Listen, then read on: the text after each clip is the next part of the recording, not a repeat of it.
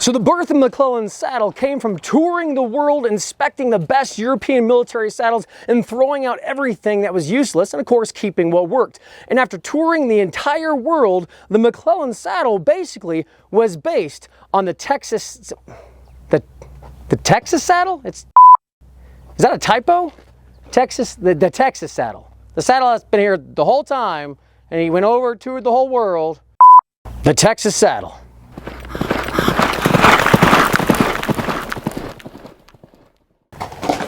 So the history of the American military saddle is one of constant change, trial, modification, retrial, remodification, inadequate testing, budgetary restrictions, so on and so on. Thankfully, most of the new ideas relating to the military saddle came from the field, from officers who, though they might disagree on one or the more technical points, still had actual service time in the saddle.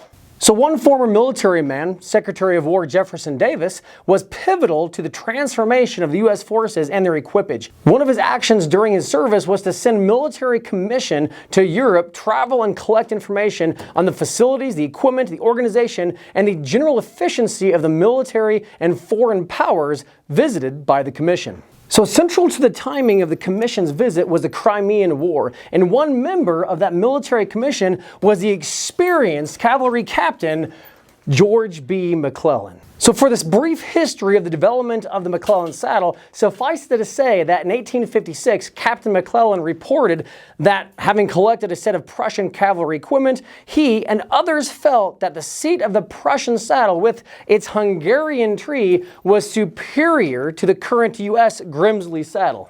So by lightening the Prussian saddle, by removing the certain hardware, reducing the height of the cantle, using the English Nolan tree as a basis for a new saddle tree, and discarding the current valise for a pair of small French-style saddlebags, small, definitely, we talked about that in previous episodes, McClellan felt that he could offer a far superior military saddle than the one that the military currently used. So agreeing to McClellan's suggestion, Secretary of War Davis approved the production of model equipment by the Philadelphia saddlers, Lacey and Phillips, under the direct supervision of Captain McClellan. The finished equipment, when it was produced, was reviewed in February of 1857 by the Board of Officers of Mounted Services, which included the Dragoons, formal cavalry, and of course the mounted riflemen. So the saddle was then approved for limited production with only minor changes. These changes, actually from the proposed McClellan prototype, included deletion of the breast strap, crupper,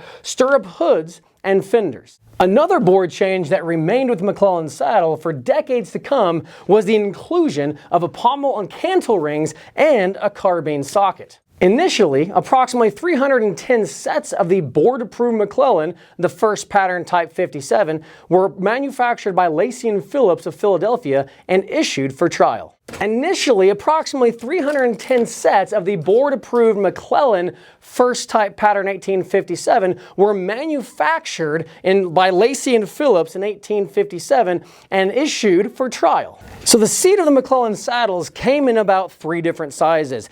The 11-inch seat was a size 1, the 11.5-inch seat was a size 2, and of course a 12-inch seat was size 3.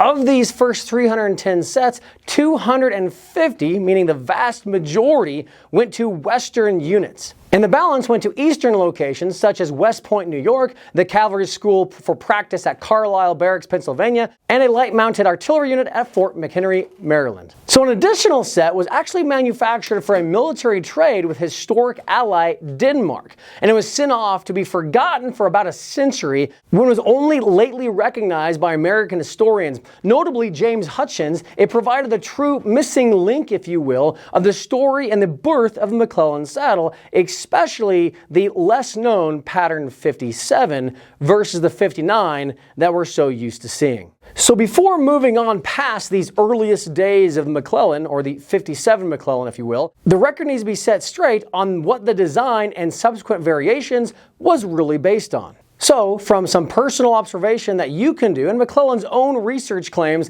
and a McClellan written letter all disprove McClellan's early claims of his creation of a new saddle from the study of a Prussian or Hungarian style or British style saddle tree. So first, let's examine the Prussian saddle with its Hungarian tree.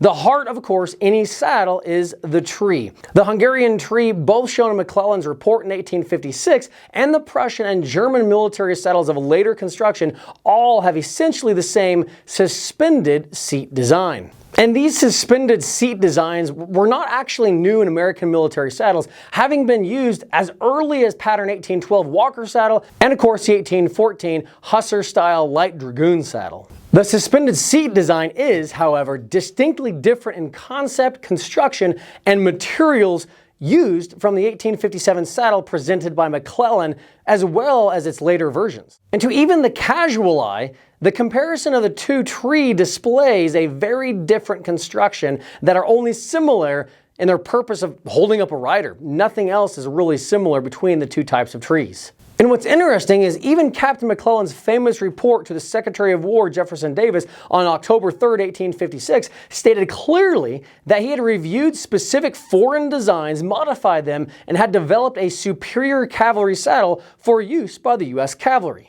And of course, with this claim, he was taken at his word, and the design submitted showing merit was given authority to proceed to have a pilot model set of tack made up for testing. What is little known is that barely 2 months later, in a letter to Colonel of Ordnance Henry Craig transmitting the 1856 prototype, Captain McClellan recanted his earlier assertion and merely noted that the design was not a copy of any European model.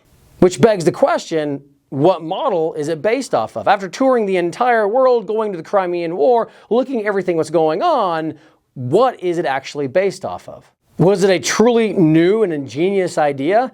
Not really. Though it is possible that McClellan felt his idea was more likely to be accepted if it came from arduous design comparisons from the respected European theaters, the answer was much closer. In fact, part of the answer was the saddle that had been used for many years in the Texas and Southwest areas. This Southwest saddle was a robust design that was used on both sides of the border and had, in fact, been observed closely by McClellan during his service in the Mexican War and the occupation of portions of Mexico thereafter, anywhere from 46 to 48. It was a classic Western stock saddle with its horned pommel for working cattle, ventilated seat, high cantle, and attaching rings or staples for baggage such as coats, slickers, canteens, lariats, and whatever you can think of. Removal of the horn, totally unnecessary for the military saddle, left the Western stock saddle tree looking almost exactly like the saddle tree we know as the McClellan saddle today.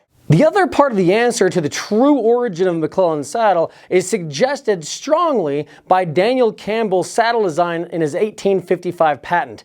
Disregarding the slightly elongated cantle shape of the Campbell, both pommel and cantle are very similar to the basic 1859 McClellan saddle tree. Additionally, the coat strap mortises are merely a refinement feature added to the basic idea of what was already a good design. So with that, we're going to have to end this episode. Wanted to kind of challenge you guys that, again, one of the things that a lot of people think is that McClellan went back east, especially during the Crimean War, looked at all these saddles and all the best military occupation, the best militaries in the world out there, and he came back and his design, there's definitely some pretty good evidence to suggest, and in his own letter suggests, that his saddle was not at all designed from saddles from the European theater, but definitely from the southwest part of the United States, the Texas saddle. So with that, definitely give me some hate messages down below. Please comment, like us, subscribe to our YouTube channel, like us on Facebook, and as always, until we see you in the field, ride hard.